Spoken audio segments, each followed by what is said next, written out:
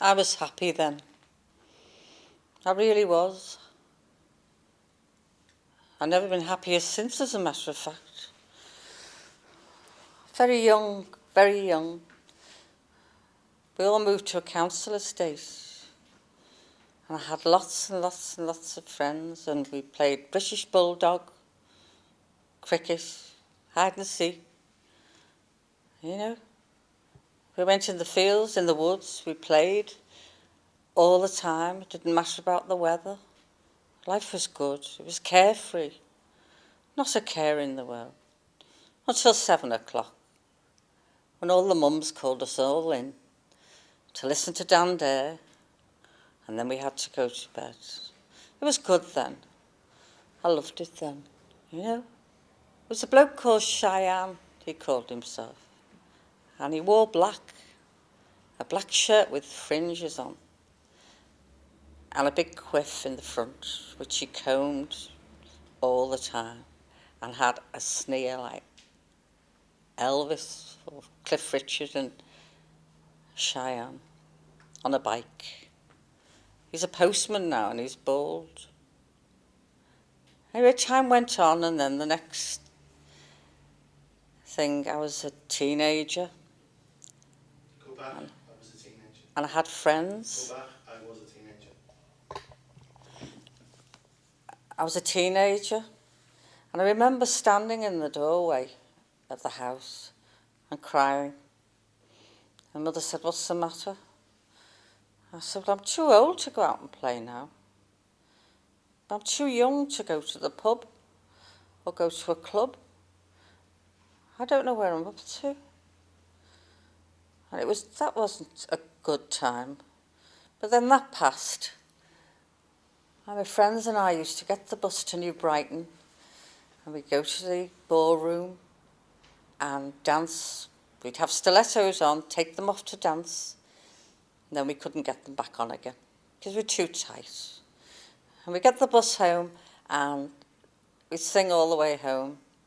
We'd all sing all the way home, and it was good. It was good then. And then, of course, time went on, and then life started to catch up with me. I married very early to the wrong man. That was bad. I had 2 children, and that was good. My husband was very, very possessive, and I had to leave. That put me back in my mum and dad's house. From then on, it was downhill, really. I had to try and find a flat, and that was difficult at the time. We were hand to mouth, and that was bad. Time went on, and then my parents, they started to get ill. My brother started to get ill first, then my mother and father. And it was sort of illness all the way. And it was bad. And it made me ill too. It made me lose weight and worry and care. It had a terrible effect on me. But one day, I drove to the estate that I lived in, and I was happy. And I could almost see the ghosts of the people that I played with and knocked about with and laughed with. And I remember standing in the freezing cold by the shops, just hanging around the shops, with no cardi or coat. But that was because I wanted to show my new dress off. Freezing. But it was good, it was good. And like I say, the bad set in, and it seemed to go on and on and on. Anyway, eventually, I had no siblings. They died. My father was very ill, and my mother. Mother died, and then father died. And their homes were sold. I was lost. I didn't know what to do. And I went downhill. I was mentally ill, and I drank, and I drank, and I drank, until I couldn't drink anymore. But I still went on drinking, even though I felt as though I couldn't drink anymore. I lost my own home because it was falling to pieces.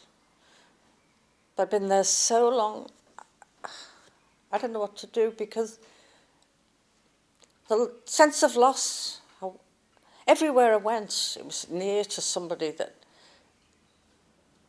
was close to me, and they'd gone, and I was so unhappy, and it was bad. But having this flat taken away from me turned out to be a good thing. Because when I moved, I found I could start again. I could start again. And start again I did. And up to this day, I'm getting better and better and better. I don't run around and I don't play games anymore. I'm quite a home bird now, a bit of a loner.